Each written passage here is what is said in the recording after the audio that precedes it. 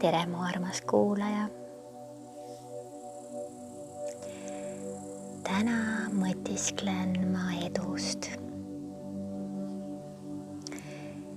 Ja edust just tervislikust eluviisist lähtudes.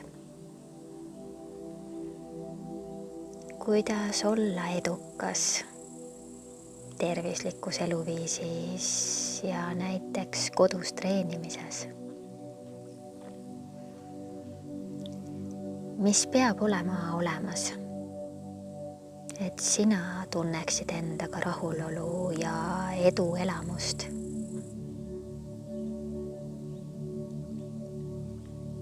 Mida tähendab sinu jaoks edu?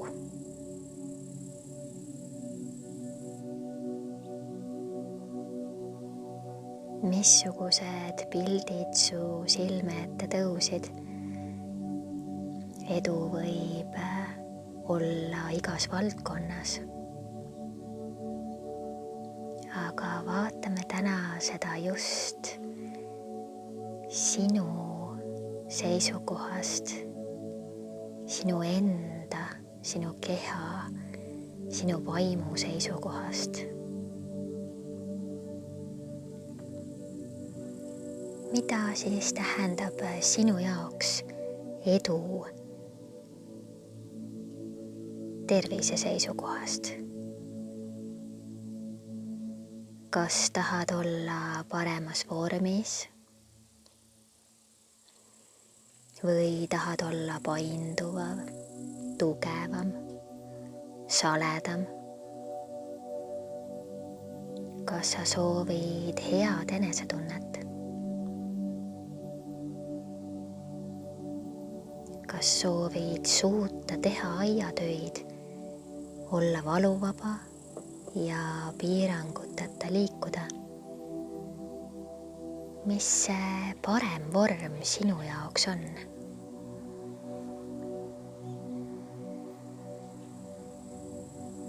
Miks sa tahad olla paremas vormis?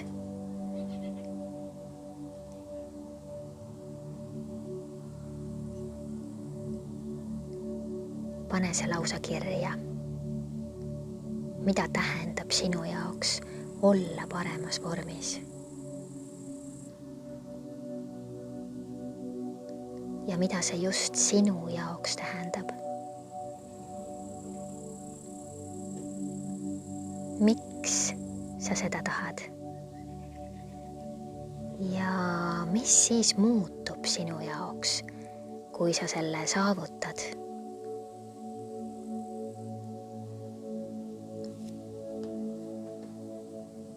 Edu pole alati koht, kuhu me liigume, vaid protsess. See, mida oleme silmas pidanud edu all, võib muutuda protsessi käigus. Ja on oluline teekonda nautida.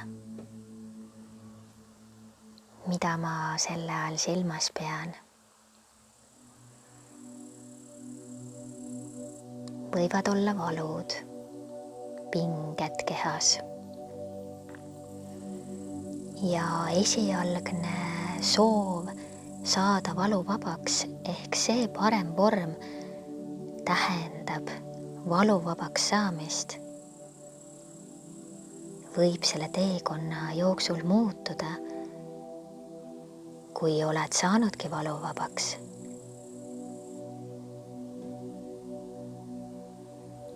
Siis tekib parema vormi alla hoopis teine tähendus. Kuidas siis on nii, et osad inimesed saavutavad selle, mida nad soovivad ja tundub, et neil ei ole probleemi selleni jõudmisega? Edu tundub olevat valik. Või on edukatel lihtsalt rohkem õnne?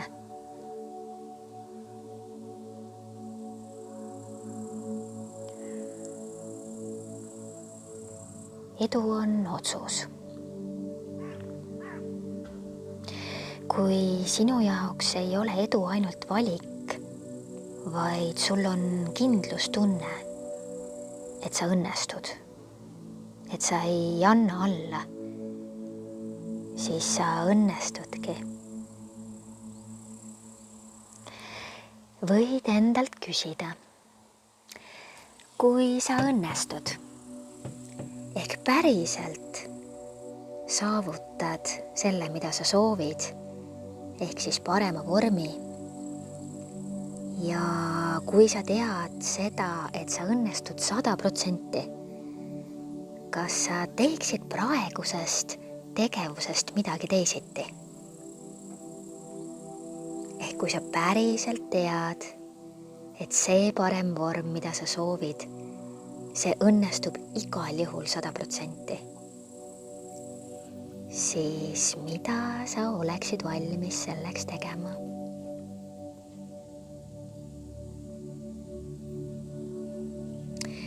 Kui me oleme ebakindlad, siis see sünnitab hirme. Näiteks hirmu läbikukkumise ees. Ja ka hirmu, kui ma õnnestun. Vahel peitub hirm selle taga, et kui ma päriselt õnnestun, ma saan selle parema vormi või ükskõik elus, mis see siis oleks, mida ma soovin, siis see hirm, mis see muutus võib kaasa tuua, võib olla üsna suur. Kui ma olen enesekindlam, olen iseenda kehas, endaga palju suuremas kooskõlas ja tunnen ennast hästi, kas mu elus muutuks midagi? Kas ma teeksin siis mingisuguseid muid otsuseid? Mis päriselt mu elus siis muutuks? Protsess selleni, mida sa soovid saavutada, muudab sind ka inimesena. Ja vahel võib olla hirm, et kui ma olen paremas vormis, valuvaba ja hoolin endast rohkem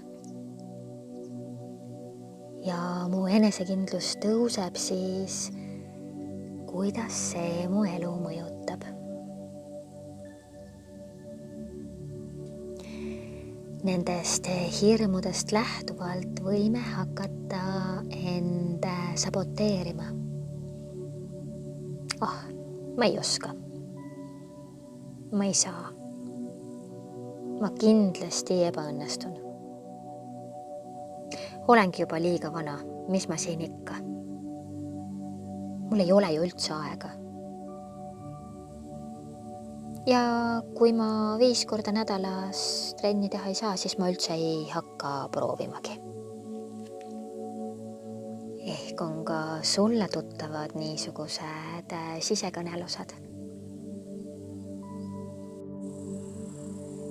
Ma usun, et edukad ei ole need, kellel niisuguseid sisekõnelusi üldse ei oleks. Ma usun, et need saavutavad edu, kes hoolimata nendest saboteerivatest lausetest enda peas lähevad edasi, julgevad öelda sellele häälele oma peas stopp ja tegutseda edasi, võtta roll, see juhtiv roll, mis viib sind eduni enda kätte. Kuidas me aga saame üldse edust aru? Üks edu kriteeriumitest on mõõdetav ühik. Näiteks, et valu on vähenenud, keha on pingevabam, oled tugevam, paindud paremini, uni on kosutavam, rüht on parem, kaal on langenud, enesekindlus on tõusnud. Niisugused märkamised loovad motivatsiooni jätkamiseks. Iga väike edusamm viib edasi ja seda tuleb tähistada. Tuleb ületada hirm. Ma pole kindel, kas see tasub end ära. Edu ei tule tavaliselt ilma panustamata, ilma väljakutseteta. Tuleb jõuda mõistmise ja arusaamiseni, et katsumused ja raskused, need kõik käivad elu juurde ja need teevad meid tugevamaks. Kui meil ei ole teekonda, siis pole ka tulemust, mida nautida.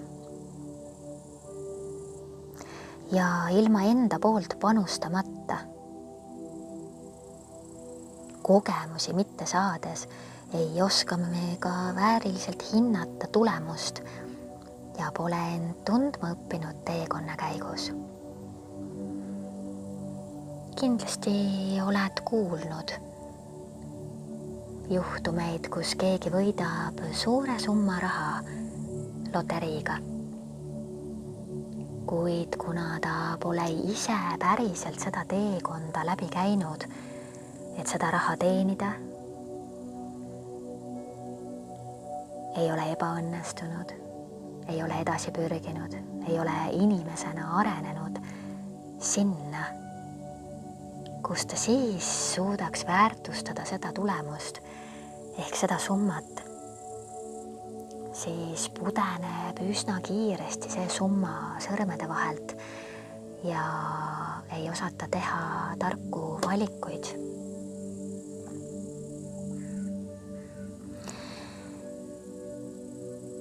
Kui soovime õnnestuda, siis tuleb eos arvestada sellega, et kõik ei pruugi minna ühtse joonena ülesmäge. Olgu see kaalulangetus, olgu see valuvabast vabanemine, olgu see tugevamaks, painduvamaks saamine, olgu see tervislikumalt toitumine või siis finantsiliste eesmärkide saavutamine.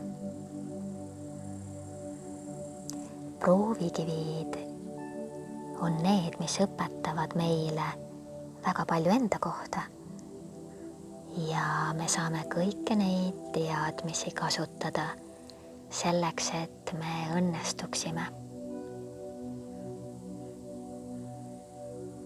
Oluline on järjepidevus. Isegi kui kukud, siis tuleb ikkagi põlved puhtaks pühkida ja püsti tõusta. Mis on kasulik ebaõnnestumises? Saame teada,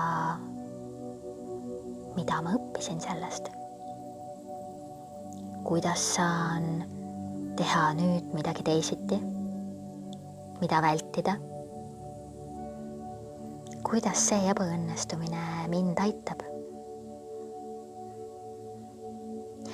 Enese haletsemisesse kinni jäädes ei liigu me edasi. Tuleb leida üles iseenda seest see veendumus, et ma õnnestun. Ja isegi kui tuleb paus ja tagasilöögid, siis tuleb hoida endas edasi viivad mõtted, et mitte jääda kauaks ohvri meeleollu kinni.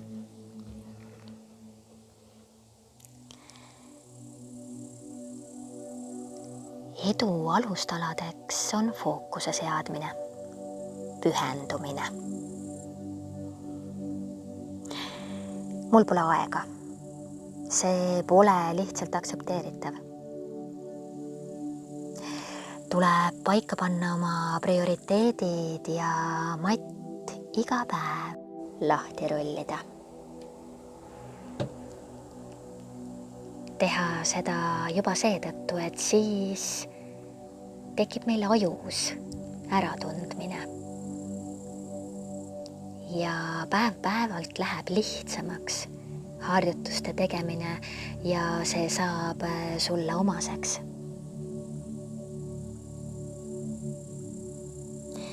Me teeme harjumuses tegevusi, mis tegelikult meile kasu ei too ja tuleb neid lihtsalt vähendada. Loomulikult meie prioriteedid muutuvad perioodide kaupa. Ongi vahel üks tähtsam kui teine. Vahel ongi vaja rohkem tööle panustada, vahel perele,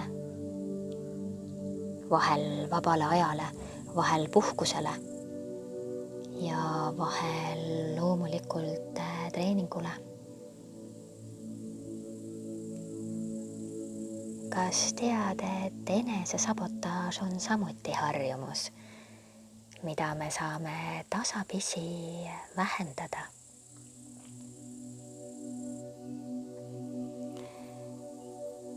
Edu alustaladeks on ka küsimus, õigemini vastus. Miks sa seda teed? Päriselt, mis see sulle annab? Kirjuta see üles. Siis on see sul alati silme ees, kui sabotöör jälle pead tõstab ja loobuda soovid. Üks edu alustalasid on veel üks samm korraga. Tee üks muudatus elus korraga. Soovides kohe kõike muuta, on see juba ette määratud ebaõnnestumisele.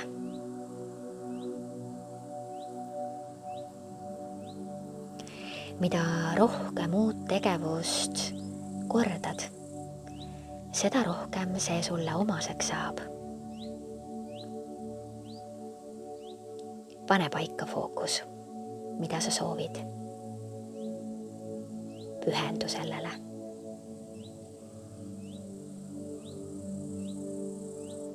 Mõtiskle, mis on põhjus.